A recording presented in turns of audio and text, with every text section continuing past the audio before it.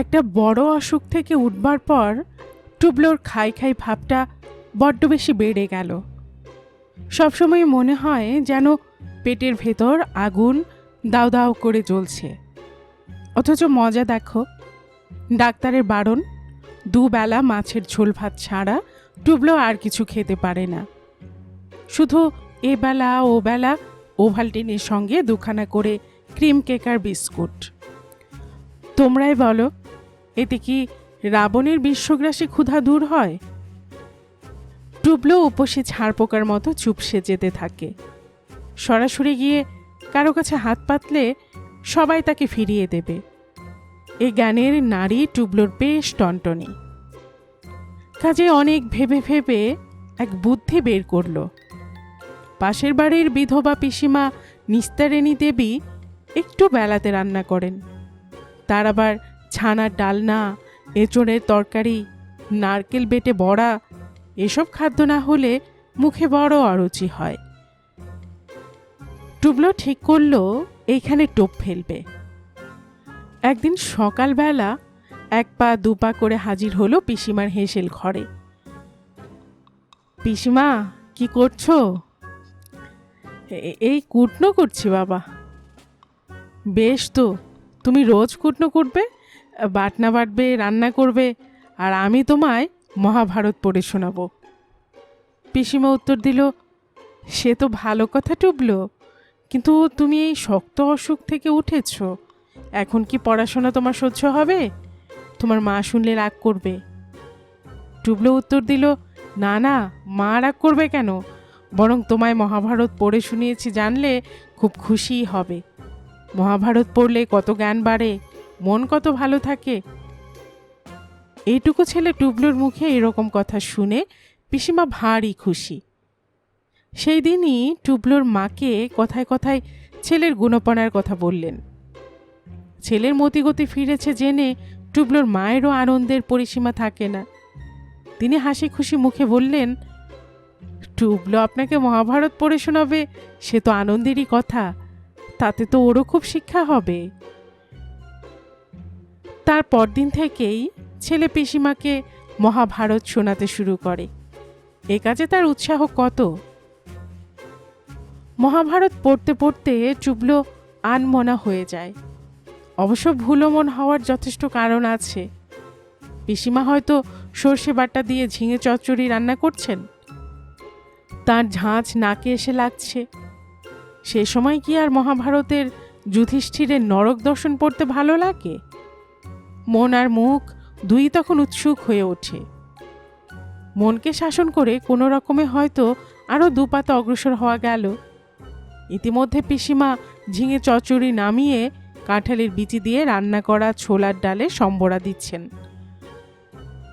সে মধুর ঘ্রাণ সহ্য করে যে একবারও মুখ চটকায় না, সে হয় উন্মাদ আর না হয় মুনি ঋষি। এরপর আছে আবার আলু পটল নারকেলের ডালনা। মহাভারতের পাতা থেকে ধ্যান ভঙ্গ হওয়ার পক্ষে এই কি যথেষ্ট নয়? পিসিমা মুখ না তুলে জিজ্ঞেস করলেন, হ্যাঁ রে টুবলো, আবার থামলি কেন? গলাটাকে আরো মোলায়েম করে টুবলো বলল, আচ্ছা পিসিমা, তুমি যেমন সুন্দর করে রাঁধো এমন আর কেউ পারে না। হাসতে হাসতে পিসিমা বললেন, ওরে পাগল, সারা জীবন যে এই বকনো কড়াই হাতা নিয়ে কাটলো, এমন অভ্যেস হয়ে গেছে যে চাপিয়ে দিয়ে নেড়ে দিলেই সুন্দর স্বাদ হয়। টুবলো আরেকটু হেসে সাহস পেয়ে বলল, আমি যদি মাঝে মাঝে তোমার রান্না চাখতে পাই পিসিমা, তাহলে বোধ করি খুব শিগগির আমার শরীরটা সেরে যায়। পিসিমা খুন্তি নাড়তে নাড়তে উত্তর দিলেন, আমার কি আর তোকে কিছু দিতে অসাধ, শুধু ভাবি তোর মা যদি কিছু মনে করে। এইবার টুবলোর সাহস আরেক ধাপ উপরে উঠে গেছে। গলা খাটো করে বলল, আমি তো শুধু একটু চাখবো পিসিমা, মাকে না জানালেই হবে, কিন্তু তোমার হাতে রান্না কি আর আমি না খেয়ে থাকতে পারি? স্তবস্তুতিতে ভগবান বশ হয়, আর পিসিমা তো শুধু মর্তের মানুষ। ফিক করে হেসে ফেলে পিসিমা বললেন, আচ্ছা আচ্ছা, এই নে একটু ঝিঙে চচ্চড়ি আর একটু আলু পটলের ডালনা চেখে দেখ। নুন ঝাল সব ঠিক হয়েছে তো রে? গোটা ডান হাতের চেটোটা চাটতে চাটতে টুবলো উত্তর দিল, অপূর্ব হয়েছে পিসিমা। রোজ আমি তোমায় মহাভারত পড়ে শোনাবো, আর তুমি রোজ আমাকে তোমার হাতের তরকারি চাখতে দেবে। এইবার পিসিমার হাসি চেপে রাখতে পারলেন না, বললেন, আচ্ছা তাই হবে রে, তাই হবে। এইভাবে পিসিমার সঙ্গে টুবলোর যে যুক্তি হলো, তার রসালো ব্যবহারে শ্রীমান ভয়ানক মহাভারত ভক্ত হয়ে পড়ল। কখন পিসিমার হেসেলে ছ্যাঁক ছোক শব্দ উঠবে, আর কখন টুবলো মহাভারত হাতে হাজির হবে, এই মধুর পরিবেশের স্বপ্ন পর্যন্ত সে দেখতে শুরু করলো। টুবলোর মা একদিন ভাবল, ছেলে যখন এত মহাভারত ভক্ত হয়ে পড়েছে, তখন একদিন গিয়ে শোনা উচিত কেমন করে শ্রীমান পুঁথি পড়ে। পিসিমা এমনিতে দেরি করে রান্না চাপায়, তাই টুবলোর মা তাড়াতাড়ি হেসেলের কাজ চুকিয়ে দিয়ে রওনা হলো পাশের বাড়ি। উঠোনটা পেরিয়ে টুবলোর মা একটু থমকে দাঁড়ালো। কেমন করে সুর করে তার ছেলে মহাভারত পড়ে একটু দূর থেকে শুনতে যদি একটু স্বাদ যায়, তাহলে কোনো মাকেই দোষ দেওয়া যায় না। কিন্তু এক্ষেত্রে মাকে হতাশ হতে হলো। কই, টুবলোর গলা তো পাওয়া যাচ্ছে না। কৌতূহল জাগলো মায়ের মনে। টুবলো তো বেশ চেঁচিয়ে চেঁচিয়ে পড়তে পারে, আজ আবার তাহলে কি হলো? পা টিপে টিপে মা এগুলেন পিসিমার রান্নাঘরের দিকে। দরজার ফাঁক দিয়ে চোখ পড়তেই তিনি যা দেখলেন, তাতে গালে হাত রেখে থ হয়ে যাওয়া ছাড়া আর কোনো উপায় রইল না। টুবলোর হাতে একটি পাথরের বাটি ধরা, উনুনের চাপানো বকনা থেকে হাতা কেটে পিসিমা কি যেন সেই বাটিতে ঢেলে দিচ্ছেন, আর টুবলো তার থেকে একটি দুটি করে গালে ফেলে দিচ্ছে। সঙ্গে সঙ্গে গরমের জন্য উ আ উ করছে। বেশ খানিকক্ষণ মায়ের মুখ দিয়ে আর কোনো কথা বেরোল না। তারপর হঠাৎ যেন নিজের মধ্যে অনেকখানি শক্তি সঞ্চয় করে চিৎকার করে উঠলেন, ওরে শয়তান, এই তোর মহাভারত পড়া! হঠাৎ মায়ের সাড়া পেয়ে টুবলোর হাত থেকে পাথরের বাটিটা মেঝেই পড়ে ভেঙে গেল। আর মুখে যে তপ্ত তরকারি ছিল, সেটা চট করে গিলে ফেলতে না পেরে শ্রীমান প্রকাণ্ড একটা হাঁ করে সঙের মতো দাঁড়িয়ে রইল। এইবার মা পিসিমার দিকে ফিরে বললেন, তোমাকেও বলি ঠাকুরছি, এই সেদিন ও এত শক্ত অসুখ থেকে উঠল, আর তুমি কিনা ওকে লঙ্কা বাটা রান্না তরকারি খাওয়াচ্ছ। পিসিমাও ততক্ষণে আত্মপক্ষ সমর্থনের জন্য প্রস্তুত হলেন। জিভে লঙ্কারি মতো খানিকটা ঝাঁঝ মিশিয়ে উত্তর দিলেন, দেখো বউ, আমাকে দোষী করবার আগে তোমার ছেলেকে তো সামলাও, মিছে মিছে আমাকে কথা শোনাচ্ছ কেন? টুবলো এই ফাঁকে তরকারিটা গিলে ফেলেছে। সে আমতা আমতা করে উত্তর দিল, না মা, আমি তো পিসিমার তরকারি একটু চেখে দেখছিলুম, নুনটা ঠিক হয়েছে কিনা। এর বেশি কোনো কথা তখন মায়ের মুখে জোগালো না। তিনি পা টিপে টিপে এসেছিলেন বটে, কিন্তু ফিরলেন একেবারে দুবদাব শব্দ করে। পিসিমার টুবলো তার চলার দিকে অবাক হয়ে তাকিয়ে রইল। খানিক বাদে পিসিমা একটা দীর্ঘ নিঃশ্বাস ছেড়ে বললেন, হে আমি আগেই জানতাম, বউ আমার কিছুই পছন্দ করে না, নইলে আমি শুধু রান্নার তরকারি দিয়েছি, হাতে তুলে বিষ তো আর দিইনি। টুবলো এরই মধ্যে নিজেকে একটু সামলে নিয়েছে। ঝোঁক গিলে বলল, সত্যি পিসিমা, মারে বড্ড বাড়াবাড়ি। তোমায় কেমন রোজ মহাভারত পড়ে শোনাচ্ছি, তোমারও শোনা হচ্ছে, আর আমারও কেমন জ্ঞান বাড়ছে। এরই ফাঁকে ফাঁকে যদি তোমার হাতের রান্না একটু চেখে দেখি, তাহলে কি মহাভারত অশুদ্ধ হয়ে যায়? পিসিমা দুঃখ করে কপাল চাপড়ে কাঁদো কাঁদো হয়ে বলল, একদিন তোর এই পিসিমার হাতে রান্না খেতে সারা গায়ের লোক ভেঙে পড়ত। তোর পিসিমশাই নিজেও যেমন খেতে পারতেন, পরকে খাইয়েও ছিল তার তেমনি আনন্দ। আর আমি কি রান্না টান্না জানতাম শুনি, পোলাও মাংস থেকে শুরু করে পিঠে পায়েস সন্দেশ রসগোল্লা কি নয়। তারপর আমার কপাল পুড়ল, আর সব কিছু স্বাদ আল্লাহ চিরকালের জন্য বন্ধ হয়ে গেল। টুবলো মাথা নেড়ে উত্তর দিল, সে তো সত্যি কথাই পিসিমা, কিন্তু আমি কোনোদিনই তোমায় হেলাফেলা করব না, রোজ আসবো, মহাভারত পড়ে শোনাবো, আর তোমার হাতে রান্না চাখবো। পিসিমার মুখখানি হঠাৎ কঠিন হয়ে উঠল। এক মুহূর্ত টুবলোর দিকে তাকিয়ে থেকে পিসিমা বলল, না বাপু, আমার মহাভারত শুনেও কাজ নেই, আর তোমাকে আমার রান্না তরকারিও চাকতে হবে না। কেন পিসিমা, কেন? আতকে উঠে টুবলো জিজ্ঞাসা করলো।